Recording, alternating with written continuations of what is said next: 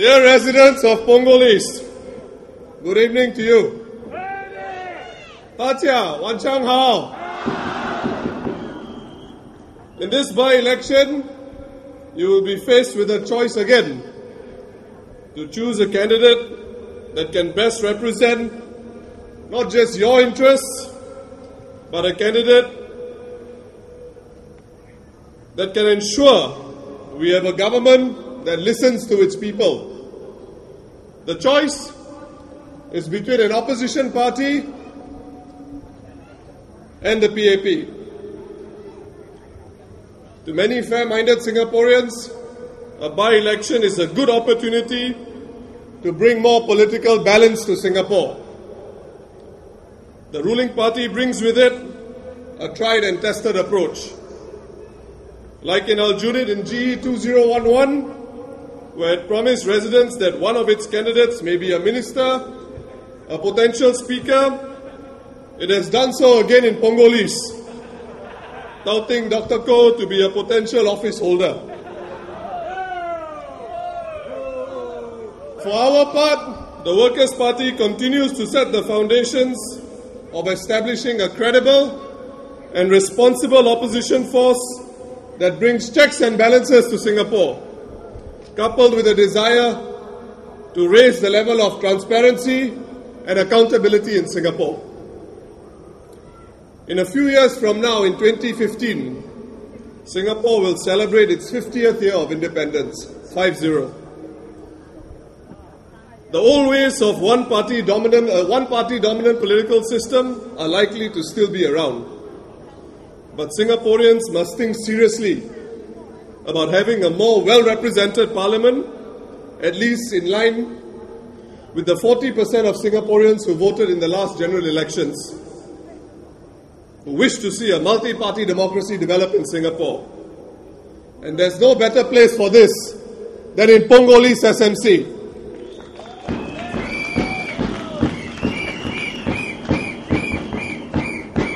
In the United Kingdom and other Commonwealth countries, the parliamentary opposition is referred to not as the opposition, but as Her Majesty's loyal opposition. Not because the opposition is supposed to be loyal to the ruling party, but because it should be loyal to the head of state and loyal to its citizens.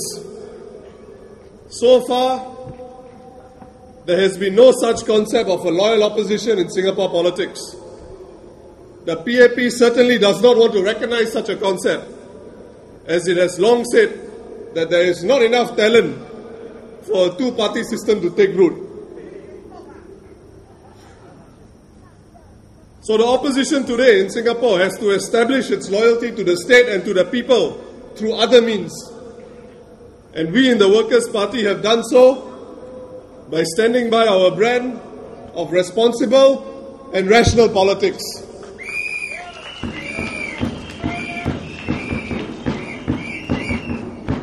The road to a more balanced parliament will be tough and may even be long. But I believe as long as Singaporeans stand up and have the courage and the desire to make this a better place, more just, more tolerant, more equal for their fellow men and women, Singaporeans should have no fear about the prospects of multi-party democracy, let alone a two-party system.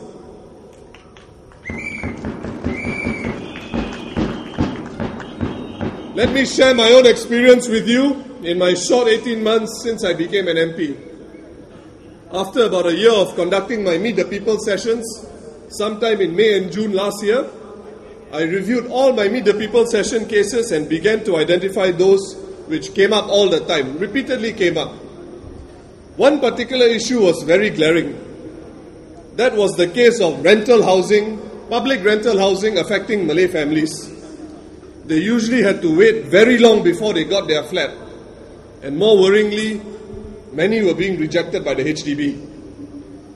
Like public housing which is for sale, rental housing is controlled by the Ethnic Integration Policy, introduced in 1989, which stipulates how many Chinese, Indian, Malay residents can occupy a typical block of flats.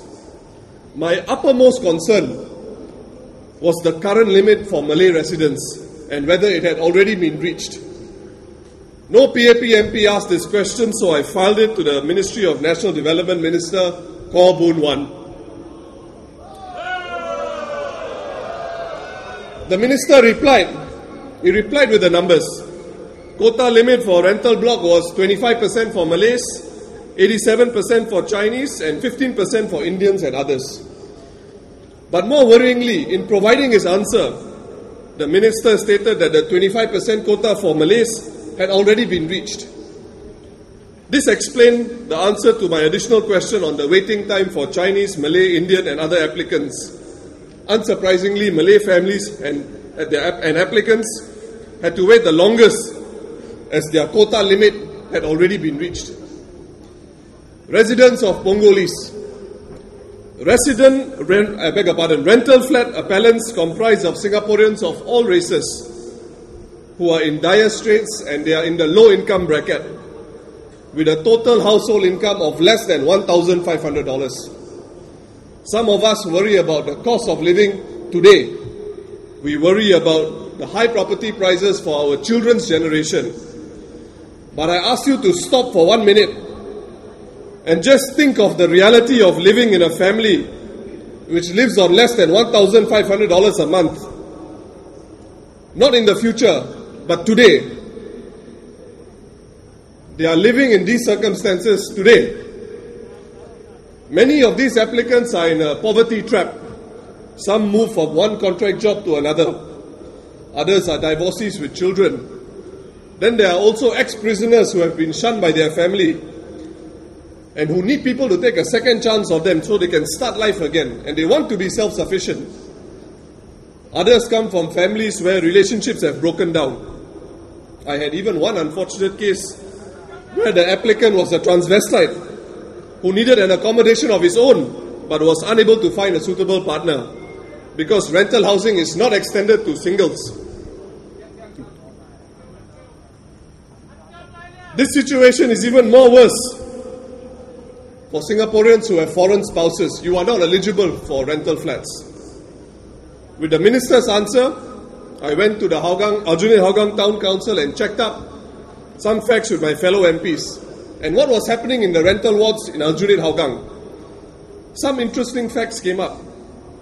The percentage of Malay households in many of the rental blocks in Aljunied Hougang was actually between 30 and 40%, well beyond the 25% limit established by Minister Khaw in Parliament. In one block, it was even close to 50%.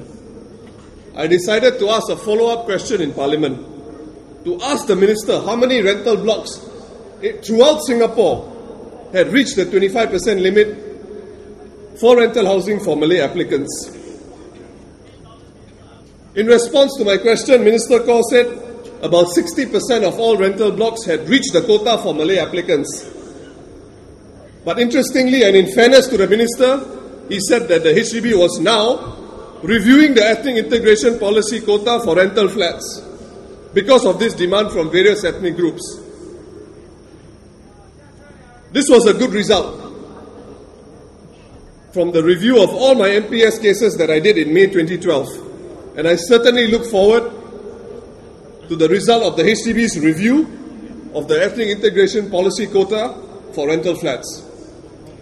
My fellow Singaporeans, policy change in a democratic country can be very slow. It may take time for policies to take effect on the ground.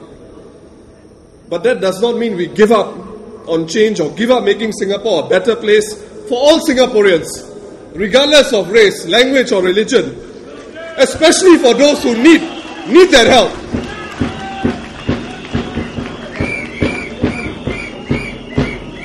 A few days ago, Prime Minister Lee said that he did not see any strong views or alternatives being presented by the opposition in Parliament. I can understand why the Prime Minister made that statement.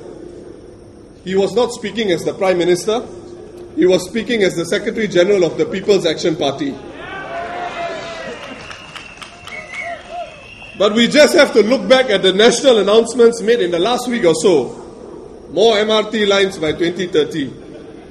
A promise to investigate and review the relationship between a fully owned PAP company and town councils. A promise to allocate more HDB flats for first-timers, and a new revised family and parenthood package announced yesterday. All of these announcements were strategically made just before the Punggol by-election or during the Punggol by-election hustings. The PAP can make strategic calculations during elections, but they tell voters, please don't vote tactically to introduce more alternative voices in Parliament. The PAP forgets that even ordinary voters in Pongolese have the choice to vote strategically and even tactically in the interest of all of Singapore.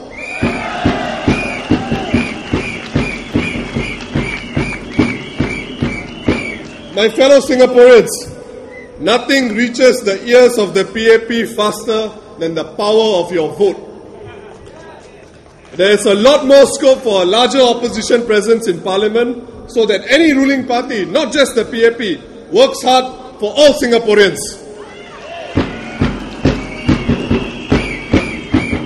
The Workers' Party has done well to get along this road, and we hope you can consider voting an opposition candidate into Parliament for the betterment of all Singaporeans.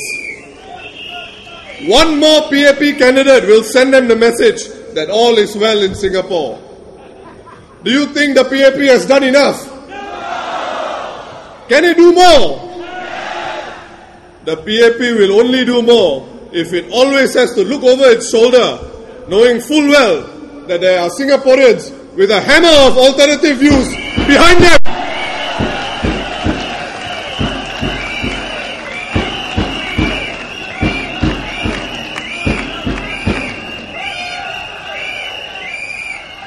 Residents of Pongolese, an opposition presence in Parliament is vital for Singapore's continued prosperity and success.